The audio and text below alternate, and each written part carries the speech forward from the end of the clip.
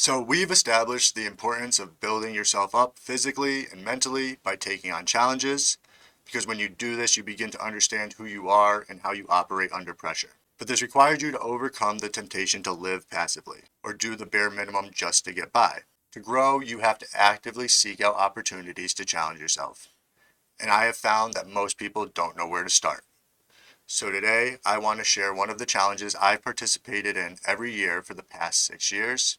And I'm not sharing this to show you how hard I work. I'm sharing it because the event is 3 months away and I would love to see you participate. In this video, I'm going to explain the challenge and walk you through the movement options that make this workout achievable for all fitness levels. The challenge I'm preparing for is the Murph Workout on May 25th, 2026. It's traditionally performed every Memorial Day by athletes across the country to honor Navy SEAL Lieutenant Michael P. Murphy, who was killed in action in 2005. It also serves as a tribute to any fallen military service member.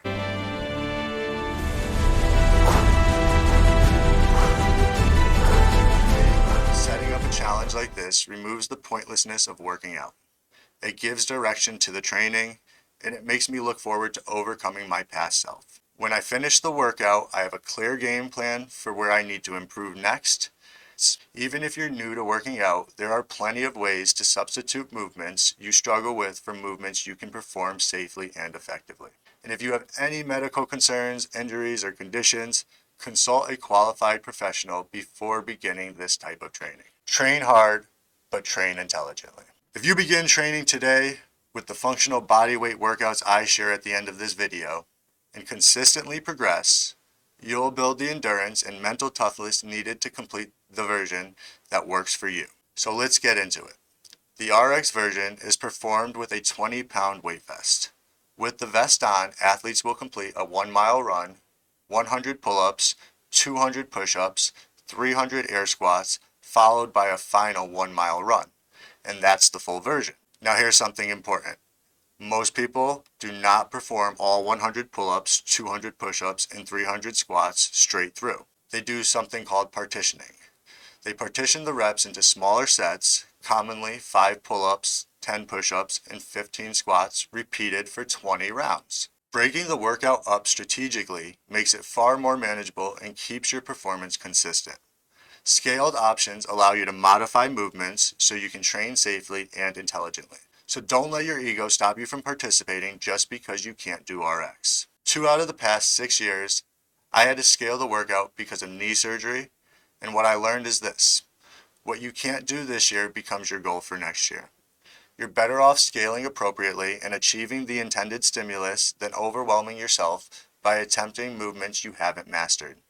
Scaling is not a weakness, it's direction. If you can't wear the vest this year, your training afterwards includes the vest. If you need ring rows instead of pull-ups, you know your focus. Even if you complete half a Murph, which consists of a half-mile run, 50 pull-ups or ring rows, 100 push-ups, 150 air squats, followed by a final half-mile run, you've established a baseline of fitness most people won't even attempt. So if you're ready to voluntarily challenge yourself and push beyond comfort, let me know in the comments. Will you be doing Murph scaled or RX? Where are you in your fitness journey? And how can I help you prepare over the next 12 weeks? Before I share week 1, don't forget to like and subscribe so you don't miss any of the updates leading up to Murph. Week 1 is about priming your body and mind.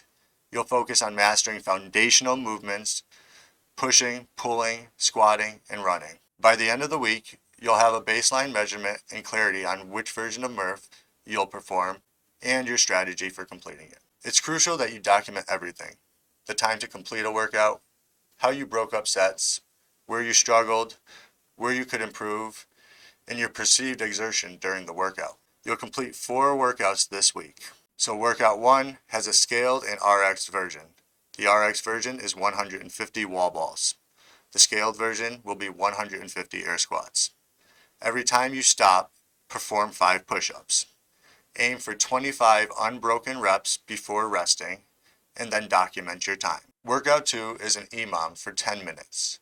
At the start of each minute, you will perform 10 to 15 ring rows or 5 to 8 pull-ups, and then you will rest for the remainder of the minute. Workout 3 will consist of 50 push-ups, followed by a 1-mile run and 100 air squats. Workout 4 is a baseline test for Murph, called Cindy. There's a time cap of 30 minutes.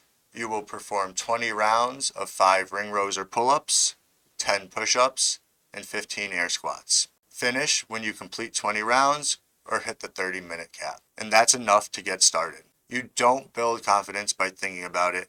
You build it by finishing hard things. Let me know in the comments if you have any questions, and stay tuned for more content on preparing for Murph and other ways to challenge yourself intentionally.